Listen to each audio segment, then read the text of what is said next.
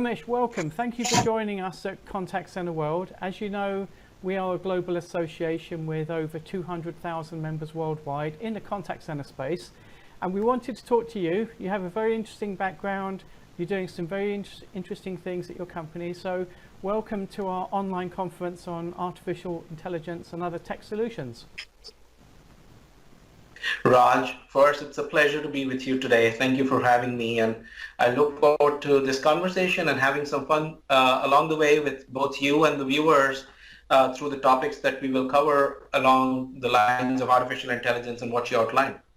Excellent, thank you. Well, the reason we wanted to talk to you is that you do some very interesting things with contact centers.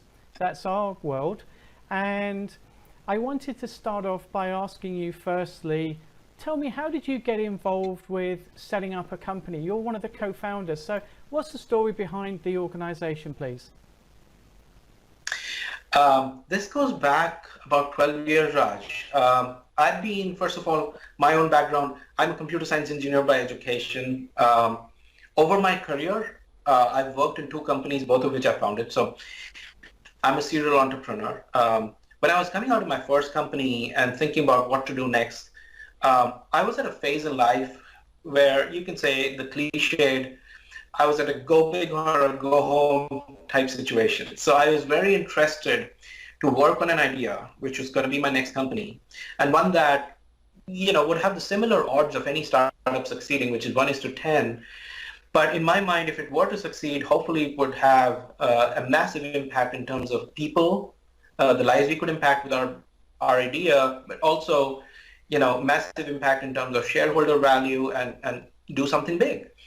So the idea in 2008 that me and my co-founder, Ravi, that we started on was that the most pervasive form of human communication, if we dated back to, you know, the history of mankind, to early man, the first form of communication was language. Verbal communication is the lowest common denominator across the world, irrespective of which part of the world we belong to, rich or poor, male or female. We all can communicate with each other using our voice. And in most times, it's the vernacular languages, you know, beyond English, that the world uses. And the idea we had was that as machines around us are getting smarter with IoT, with 5G, we're getting, you know, smart devices like the Amazon's Alexa. We're going to see our refrigerators and TVs and microwaves getting smarter. The most, you know, common form of man-machine or human-machine communication, in our view, was not going to be touch or gesture. It will be our voice, right? And so we started building technology to solve the problem of connecting billions of people around the world to the internet or to the digital economy through vernacular voice, initially through the mobile phones and IVRs, but eventually get ready for this massive technology wave that will engulf everything around us. So it was a problem that we saw that, you know, how would the next billion, so to speak, get connected to the internet? And we found voice as the most vernacular voice, to be honest. And as we built that technology, we said there's, you know, this is a very interesting problem, high impact, high scale, and it's a global problem to solve, is how we started developing the business model around it. Contact centers became the most natural form for us, because when we think of building a business-to-business venture, the interaction between any business and its consumer is through its front office, right? Now, front office could be branches in the traditional world or websites, but in businesses which have hundreds of thousands or millions of customers, the contact centers play a pivotal role in sort of giving customers the access to support, service, feedback, communication, right? And so all the technology that we built in the early years, we found it the most natural sort of avenue to be applied in call centers, especially as the front office of a business to its consumers. So that's, you know, in a nutshell, cliff notes for you, the journey we've had over 12 years. Interesting. And where does the company name come from? Because it's an unusual name.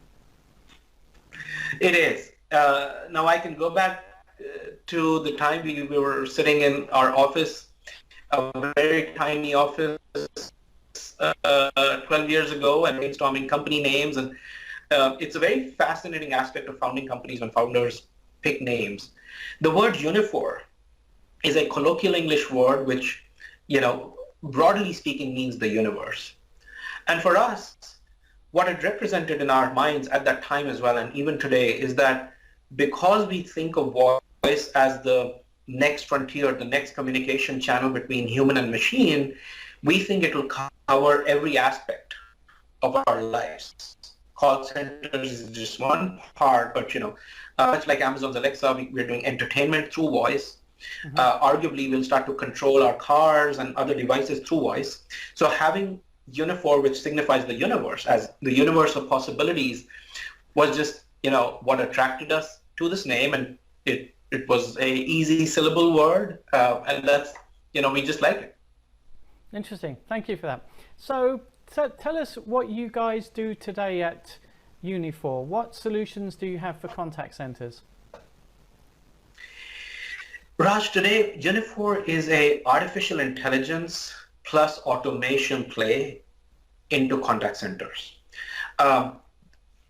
The view we have is that the contact centers, customer service in general, is a very fascinating market. Until people dig deeper, they don't realize it's a $350 billion market, and one that's growing at 9% CAGR. So the massive market opportunity. So uniquely one that, while employing about 15 million or so people, huge human capital, hasn't seen a technology disruption event in the last 3 decades. The only disruption event, arguably, that this industry has seen, it has been a business model disruption, where the business model of outsourcing or offshoring of contact centers came about, and BPO companies sort of were born. In the era that we live, where we find artificial intelligence, speech recognition, natural language processing, and now off late RPA and automation have gained maturity, right? These technologies in our lifetime started off as being nascent, but are pretty mature today.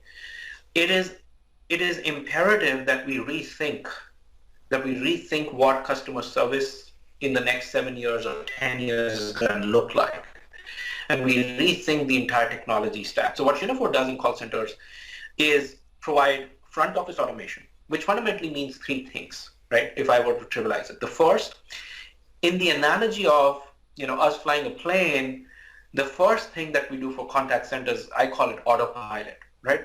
Now, if you think about the analogy of a pilot flying a plane, when the pilot has done the tricky bit of taking off and getting it to cruising altitude, the pilot then engages technology and says, for the next few minutes or hours, sail smoothly.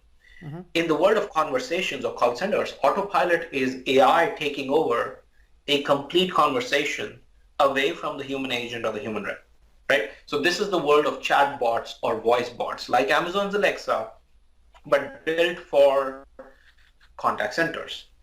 Okay. By definition, autopilot means low complexity, right? Ones that can be done quickly, that don't require tremendous amount of decision making, and AI is able to completely do it autonomously. That's one. The more important one, which is going to be probably the future of us and humankind, is Copilot, which is AI living with human beings. And this is when we still talk to a call center representative, but AI and RPA are working in tandem in sort of assisting the call center representative in delivering just a phenomenal experience. And I call it making the call center agent a super agent.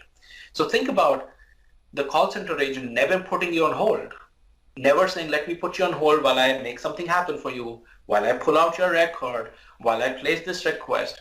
All of those actions are being done by AI while you're talking to the rep. So that's Copilot, with AI sort of coexisting with human beings. And that's going to be probably, for the most part, our future as humans. And the third is around security. Call center conversations involve a tremendous amount of personal information, which is why sometimes you're asked to repeat our social security number, email ID, and date of birth. But again, using AI and voice biometrics, there's an opportunity to have machine take over that security step. So between autopilot, copilot, and security, those are the three things that Uniphore does in call centers today. Interesting. So tell me, you've been doing this for many years and you have a wealth of knowledge. I know your knowledge is immense.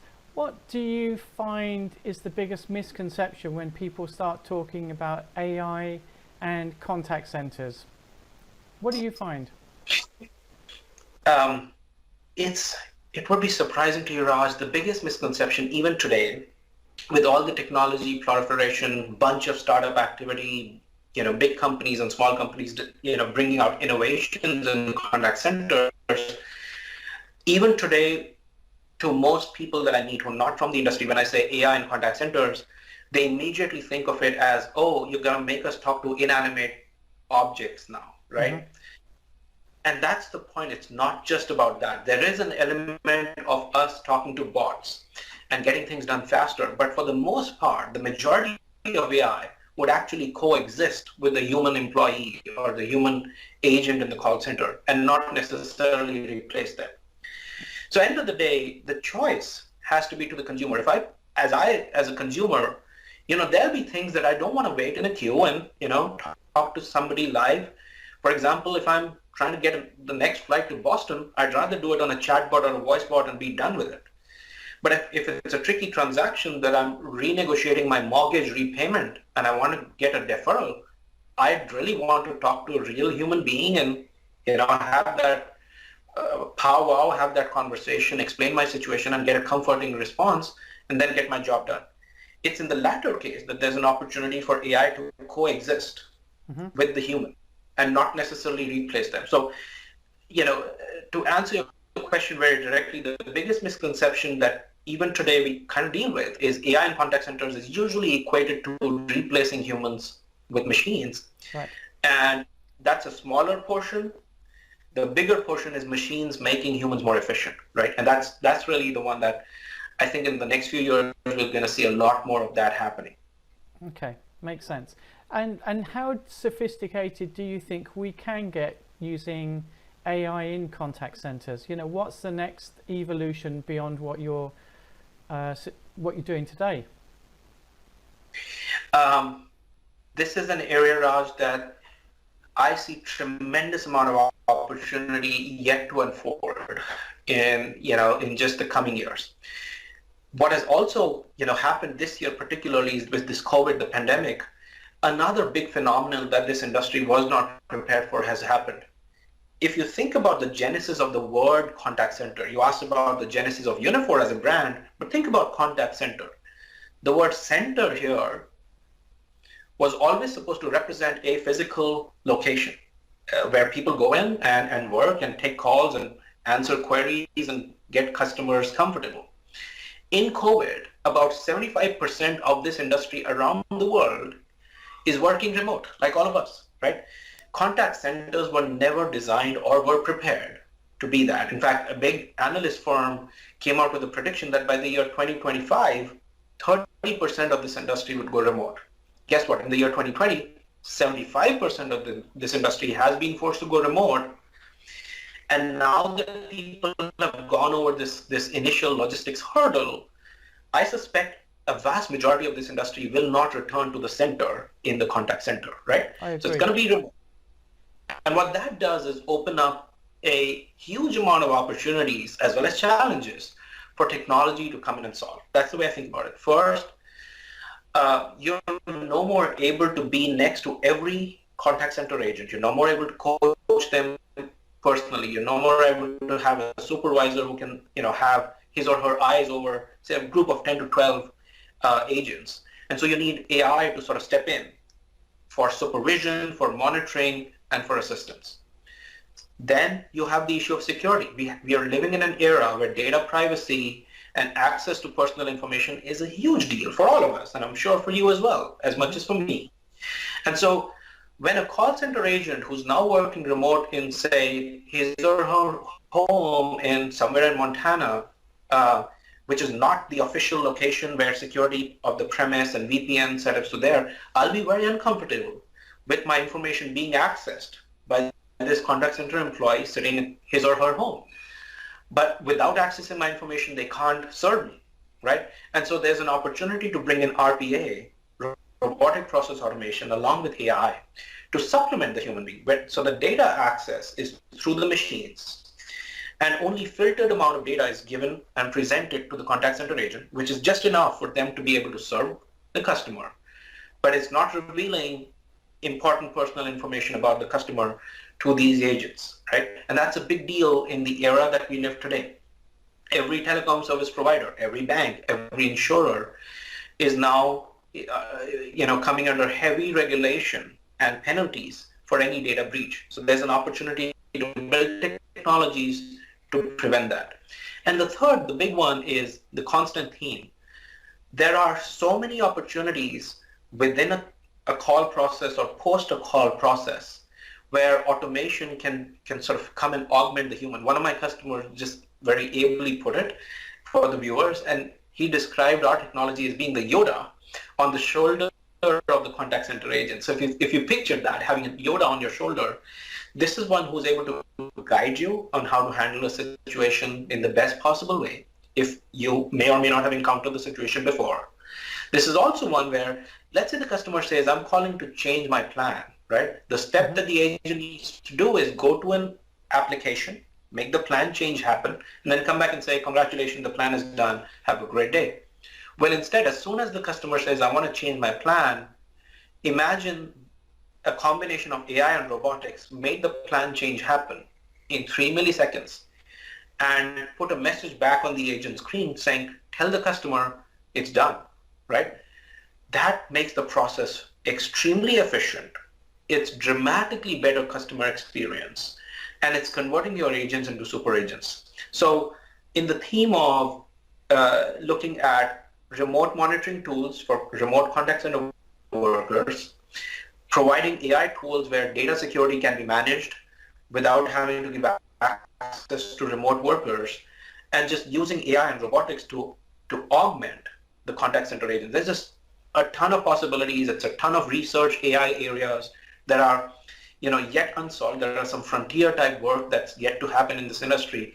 And that's what excites me, that we could be consumed in solving these smaller pieces for the rest of our lifetime.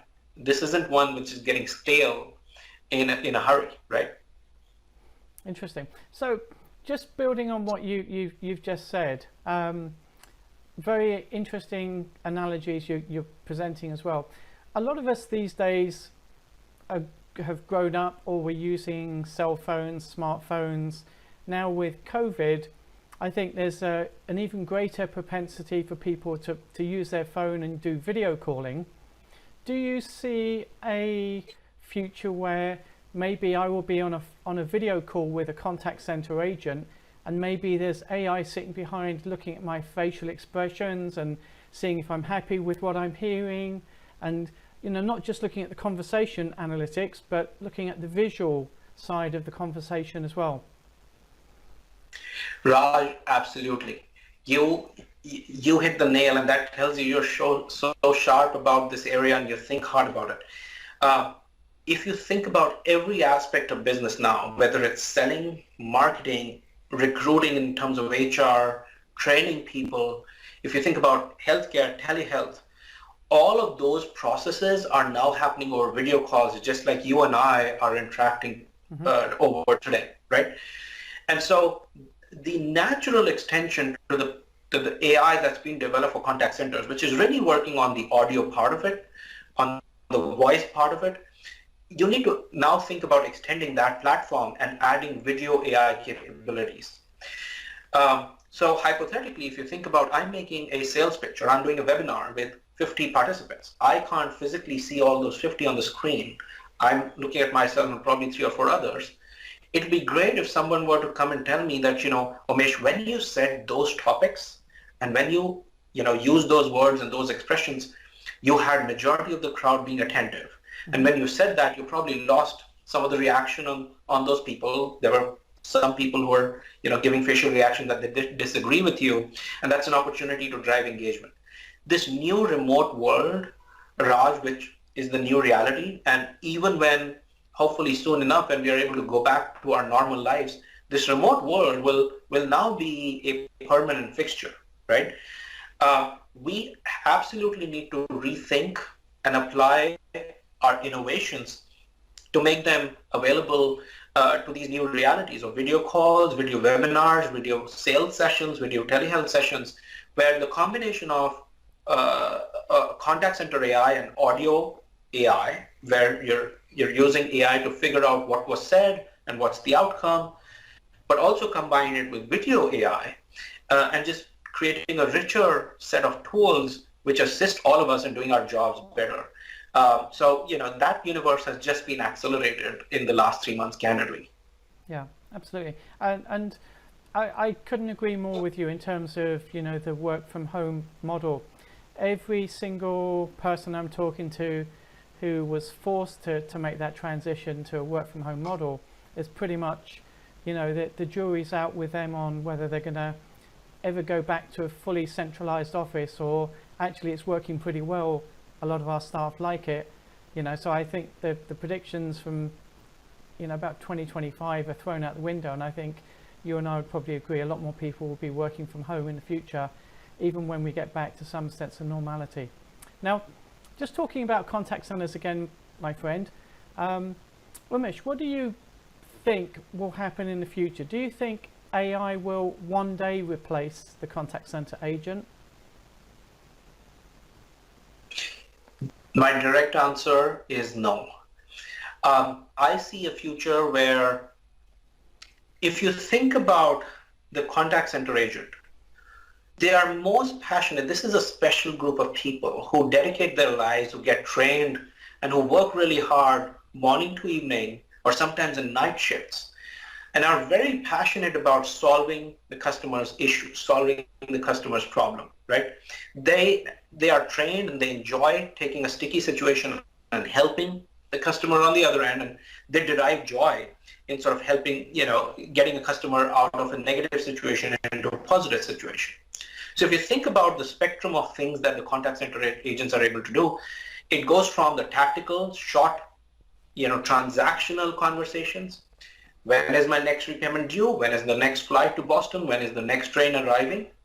To more complex, I'm, in a bad situation with my job. I need to renegotiate my mortgage payment. Can I get a moratorium for 3 months?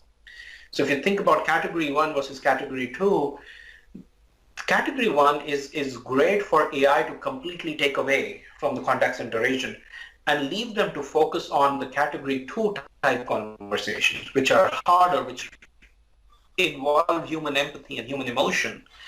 And that's where the contact center agents also, derive their passion.